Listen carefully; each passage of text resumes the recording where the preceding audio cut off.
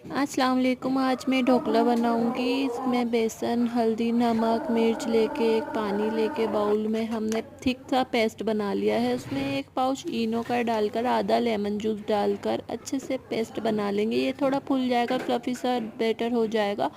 जब हम मोल्ड्स में ऑयल लगा करके इडली मोल्ड्स में हम ये सेट कर देंगे। टेम्परेचर हम ओवन में कर देंगे 6 मिनट का।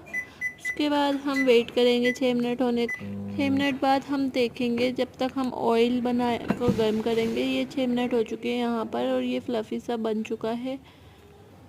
आप देख सकते हैं, निकाल लिया है इजीली। इसको बाहर राई लेंगे, तेल में बघार कर देंगे, मिर्ची तड़का डाल के हम उसमें पानी डाल के शक्कर का 1 चम्मच और आधा लेमन जूस डाल के इसका सिरप इस पे डाल देंगे।